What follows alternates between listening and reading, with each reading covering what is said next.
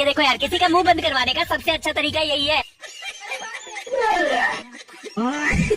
अब ये देखो यार, सच्चा दोस्त वही है जो जरूरत पड़ने पर आपका साथ ना छोड़े। वो अलग ही लेवल का बंदा है। अब ये देखो यार, इंसान का व्यवहार बता देता है कि उसके संस्कार कैसे हैं। सिखाए तो उसकी एक एक चीजों को ध्यान से देखना चाहिए।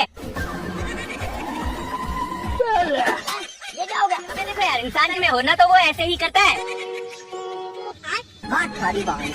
अब ये देखो यार, शायद यही कारण है कि अब अमेरिका कुछ नहीं कहता। ये देखो यार, इसलिए बाबाओं पे मुझे सबसे ज्यादा भरोसा है। हाथ देख के भविष्य बता देते हैं। शुरुआत के 40 साल बहुत कष्ट भोगोगे और उसके बाद आदत हो जाएगी। अबे देखो यार, इसलिए कहता हूँ शादियों में रोया मत करो।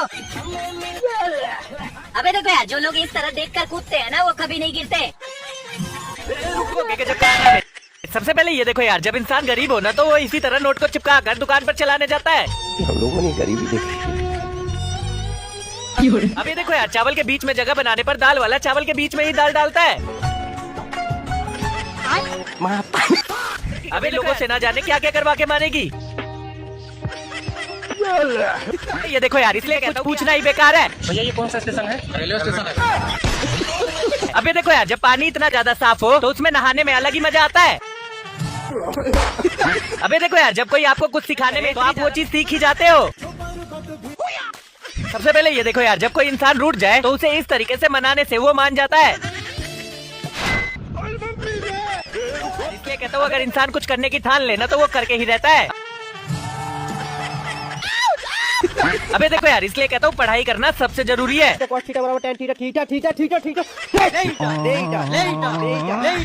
काफी देर तक चलने से इस आदमी का टखना टूट गया था। उसने साथियों से रुकने और मदद करने की विनती की, लेकिन आगे के साथी जिंदा नहीं कर सके क्योंकि इन सब ने एक मौत चाल खेल में भाग लिया था। एक बार रुकने पर 3 चेतावनी मिलने के बाद गार्ड द्वारा मौके पर गोली मार दी जाएगी। यह प्रतियोगिता सिर्फ चलते रहना नहीं बल्कि चलना भी था। पीछे रहने पर सैनिकों की चेतावनी मिलती और 3 चेतावनियों का मतलब था निश्चित मौत। और भयानक बात यह कोई अंत नहीं था। सैकड़ों प्रतिभागियों में से केवल एक ही जीत सकता था, जिसे बेशुमार धन और एक इच्छा। शुरू में कोई भी खेल के खतरों से अवगत नहीं था और जल्द ही सभी ने मजबूती से 5 मील पूरे कर लिए। लेकिन तभी एक युवक अचानक जूते के फीते बांधने बैठ गया और अगले ही पल बगल से चेतावनी। वह आखिरी सेकंड में खड़ा हो गया और गोली से बच गया, लेकिन अब वह कोई गलती नहीं कर सकता था। प्रतियोगिता के दौरान उबाऊ समय बिताने के लिए सभी खेल के बाद के अच्छे जीवन की कल्पना कर रहे हैं। मजबूत जैक तुरंत उसकी मदद करने दौड़ा ताकि वह फिर से चल सके, लेकिन तेज दर्द ने उसे आगे बढ़ने से रोक दिया। जल्द ही वह जमीन पर गिर पड़ा और सैनिक ने उसके सिर पर बंदूक लगाया। पास दौड़ रहे कल्लू ने उसे पकड़ लिया और होश में लाया। इस घटना के कारण सभी प्रतिभागी सहम गए, डर गए कि अगला शिकार हो सकते हैं। जल्द ही सभी ने अब तक 17 मील की दूरी तय कर ली थी। तभी अचानक एक युवक निकालने लगा और अंत में जमीन पर गिरकर बुरी तरह ऐंठने लगा और रुकने पर उसे सैनिक ने गोली मार दिया था और पतलून नहीं बूथ दिया था। खिलाड़ियों को चलते चलते ही सब कुछ निपटाना पड़ रहा था क्योंकि रुकने पर फिर जान से हाथ धो बैठते। सड़क अब बहुत बदबूदार हो गई थी, लेकिन आगे बढ़ना पड़ा। जल्द ही रात होने लगी और सभी के शरीर और मन थक गए थे। ऐसा लगा जैसे खड़े खड़े ही सो जाएंगे। इससे भी भयानक बात यह है कि आगे एक छोटी चढ़ाई पर कई प्रतिभागियों की इस चढ़ाई पर मौत हो गई थी। तभी पीछे से गोलियों की आवाज आने लगी। कई लोग मारे जा चुके थे। इस समय जैक और कल्लू के पैर किसी भी समय बेहोश। उन्होंने अपने सिर पर पानी डालकर खुद को शांत किया और दोनों एक दूसरे का सहारा देकर अंत में मौत की इस चढ़ाई को सफलतापूर्वक पार कर लिया। अगले दिन सुबह तक उन्होंने 59 मील की दूरी तय कर ली थी और अब कुछ ही लोग। चश्मे वाले एक व्यक्ति का टखना टूट गया था। तेज दर्द ने उसे धीमा कर दिया और 3 चेतावनियों के बाद उसे मार दिया गया। एक आदमी ने पतलून में ही हक दिया था। अन्य लोग उसके साथ बदबू ने इस खेल में भाग लेने का कारण बताया कि उसके पिता को न्यायाधीश द्वारा बिना सबूतों के सार्वजनिक रूप से मार दिया गया था। वह प्रतियोगिता में इसलिए भाग ले रहा था ताकि अपने पिता का बदला ले सके। जल्द ही टीम के दर्जन भर लोग की दूरी पर पहुंचे और कुछ लोगों के शरीर अब और नहीं चल पा रहे थे। कुछ लोग मानसिक रूप से टूटकर सैनिकों से मदद मांगने लगे, जिन्हें सैनिकों ने गोली मारकर ऊपर पहुंचा दिया। चारों ओर से गोलियों की आवाज के बीच टीम में केवल लेकिन लंबे समय तक चलने और 3 दिन बिना आराम के कारण उनका मानसिक संतुलन बिगड़ने लगा था। प्रतियोगिता के चौथे दिन तक वे 209 मील चल चुके थे और सैकड़ों प्रतिभागियों में से केवल 6 ही जीत आया तो सभी फिर से कस्बे में लौट आए। वहाँ जैक ने अपनी माँ को सड़क किनारे खड़े देखा और टूटकर वह उससे बात करने दौड़ना चाहता था क्योंकि उसे लगा यह उसकी माँ के साथ उसका आखिरी दिन है, लेकिन रोककर सैनिकों की गोली से बचा लिया था। फिर रात को एक खिलाड़ी के नाक से खून बेकाबू होकर बहने लगा। लगता था अंदरूनी अंग क्षतिग्रस्त हो गए हैं। यह समझकर कि वह मरने वाला है, उसने लॉकेट दोनों साथियों को दिया। जैक से विनती की कि बाद में इसे उसके परिवार को जरूर पहुंचा दे। फिर वह रुका और सैनिकों की तरफ चल पड़ा, शरीर के सारे दर्द को सहते हुए। जब 326 में सिर्फ 3 जीवित बचे थे और रेफरी कर्नल लगातार तीनों का मजाक उड़ा रहा था, तभी घुंघराले को अपने शरीर में कुछ लगा। खून उसके फेफड़ों में भर गया। फिर उसने दोनों को अंतिम विदाई दी। पीछे से गोलियों की आवाज आई। मैदान में सिर्फ जैक और कल्लू भाई बचा था और दर्शकों की भीड़ बढ़ती जा रही थी। हालांकि इस प्रतियोगिता की कोई मंजिल नहीं थी, पर एक इंसान की सीमा सीमित थी। अंततः जैक धीरे धीरे रुक गया। वह जानता था उसकी इच्छा अब कभी पूरी नहीं होगी। भले ही वह प्रतियोगिता जीत जाए और दुश्मन को मार दे तो भी उससे कुछ नहीं बदलेगा। जैक को रेफरी द्वारा गोली मारते देख